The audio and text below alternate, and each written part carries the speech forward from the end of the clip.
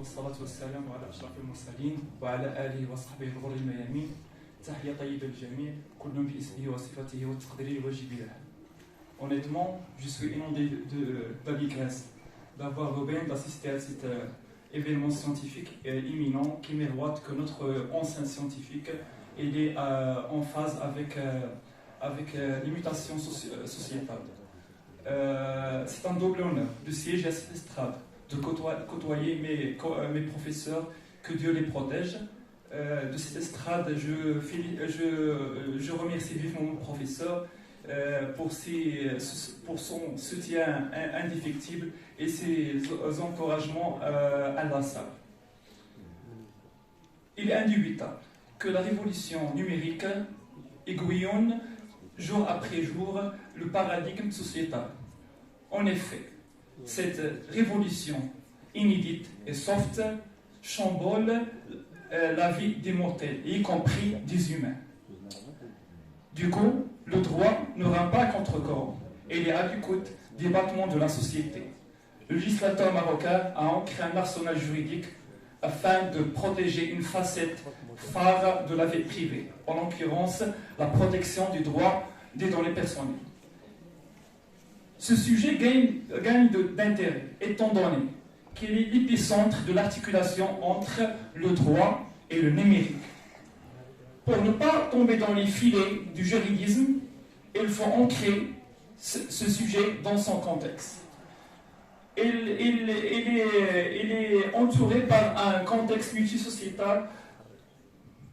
Pour la première dimension juridique, il ressort que la marie normative marocaine est unijambiste.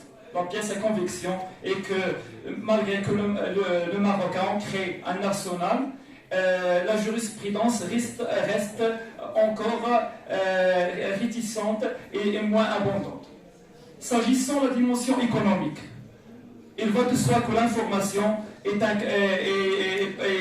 incarne le capital immatériel, où la donnée est devenue la pétrole de l'économie monétaire. Le Maroc, par le biais de ses réformes, se hisse la tête vers la promotion du climat des affaires, notamment pour allécher des secteurs promettants tels que l'offshoring qui s'étale intrinsèquement sur la collecte et le traitement des informations. Au niveau social, nous assistons aujourd'hui à un quadrillage de la vie humaine. C'est le sujet de la protection des données personnelles incarne l'équilibre entre le collectivisme et l'individualisme. Et enfin, la dimension politique. Le Maroc essaye de décliner sa stratégie sectorielle relative à l'instauration du Maroc numérique dans les talents de 2025, sans oublier que le Maroc, il y a une volonté politique pour aligner le droit national avec le droit communautaire. Alors, la problématique est la suivante. L'enjeu d'une conciliation entre les impératifs de la protection des données personnelles et les exigences de leur circulation implique plus que jamais de définir les contours de la protection juridique des données personnelles à l'ère de la révolution numérique. Alors, dans l'absolu, deux hypothèses méritent d'être passées au crible. La première est la suivante. La révolution numérique devance la norme régissant la protection des données personnelles. Et la deuxième, la protection juridique des données personnelles doit être un accompagnateur de la révolution numérique. Pour y répondre, cette intervention sera ventilée entre deux axes. Le premier axe traitera les manifestations de l'emprise de la révolution numérique sur le droit de la protection des données à caractère personnel. Quant à la deuxième, elle s'attelle aux enjeux de la convergence entre le droit de la protection des données à caractère personnel et la révolution numérique. Dans le premier axe, ces manifestations peuvent être ventilées entre deux sous-axes. La saisie de la révolution numérique sur la conceptualisation et l'arriéré du droit de la protection des données personnelles façon numérique. En effet, cette révolution redéfinit nous amène et nous interpelle de redéfinir certaines notions juridiques sacro-saintes. Par exemple, l'identité numérique. Quelle est l'identité numérique? Quels sont ses composants? Peut-on dire que l'adresse email, que le password, que le pseudonyme, ce sont des éléments intrinsèques de cette identité. Ainsi que la mort numérique. C'est la mort biologique et facile à déterminer, qui peut être définie comme la cessation de toute activité avec le monde réel. Qu'en est-il de la mort numérique? C'est-à-dire, peut-on dire que la cessation de l'activité dans le champ virtuel pave la route vers la mort et dire que la personne concernée perd la protection juridique? Qu'en est-il de la majorité juridique, la majorité numérique plutôt? Est-ce que doit-on dire que le consentement licite doit être aligné avec la majorité civile ou il est grand temps de s'aligner avec le droit européen communautaire et prévoir l'âge de 15 ans ou bien de 13 ans afin de redéfinir ce concept.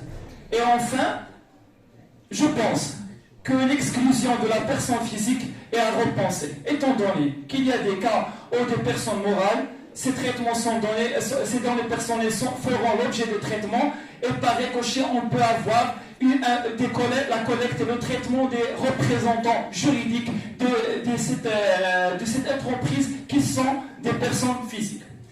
Partant que la patrimonialisation de la donnée personnelle est un enjeu de l'économie monétaire. Trois courants doctrinaux se disputent. Le premier s'attelle à la qualification personnaliste de la donnée personnelle qui prône la liberté fondamentale, quand à l'autre il présume que la donnée est susceptible d'appropriation, mais dans l'affirmative, il faut quand même ancrer un arsenal qui traite la fiscalité et le droit de la consommation de ces données personnelles. Et enfin, nous avons un autre courant qui coupe la poire en deux, qui présume que la donnée personnelle est un droit hybride. S'agissant de l'arriéré du droit, le droit il est en recul face au numérique. La pièce à convection et les open data et les blockchains qui sont des fichiers insupprimables. Quant à la cybercriminalité, et prenons le cas par exemple, le cas de l'usurpation d'identité numérique, quel est l'élément matériel de cette infraction? Comment le juge peut travailler avec le fichier ou bien l'hameçonnage, ainsi que la preuve et l'élément d'extranéité? Alors, quels sont les enjeux de la convergence entre le droit de la protection des données personnelles et la révolution numérique? Premièrement, il faut travailler sur l'ancrage de la confiance numérique dans l'écosystème numérique éthique protecteur des données personnelles, par le biais de l'élargissement des droits de la personne concernée, le droit de la portabilité, le droit à l'effacement, ainsi que la représentation des personnes concernées, les class actions. Deuxièmement, il faut clarifier la responsabilité civile du responsable de traitement. Est-il une responsabilité de moyens ou bien de résultats? Il faut encadrer les responsables joints, le sous-traitant qui recrute un autre traitant, ainsi que l'effectivité de la répression pénale qui est en droit marocain allégé. Il faut s'inspirer du droit communautaire où les amendes peuvent aller jusqu'à 4% de l'amende. Pour un droit souple de la protection des données personnelles, il faut changer de paradigme. Il faut tourner la proie de la réglementation vers la régulation, vers un statut avancé constitutionnel et indépendant de la Commission nationale des droits des personnes personnelles, vers une composition élargie où un magistrat siège, vers des pouvoirs renforcés tels que le droit de faire des injonctions. Ainsi, il est primordial d'une réception normative du délégué de la protection des données personnelles qui incarne le droit de conformité, qui est un acteur absent en droit marocain et même en droit arabe, exception faite pour les Émirats arabes unis, ainsi qu'il faut travailler sur la normalisation, pourquoi pas faire une certification ISO pour la protection des données personnelles qui sera indéniablement un avantage concurrentiel pour l'entreprise. Pour conclure, la régulation non juridique sera un notre cheval de bataille pour une minute à la marocaine.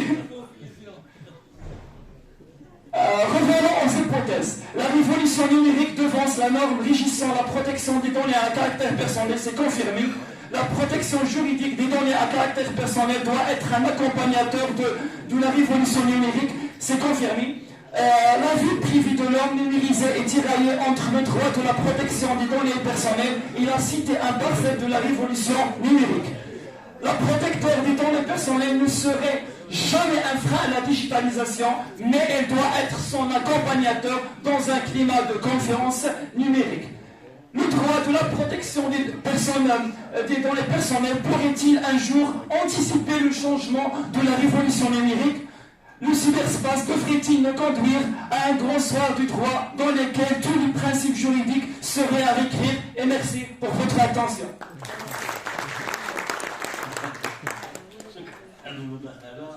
دونك غنديرو دابا شويه ديال المناوشه العلميه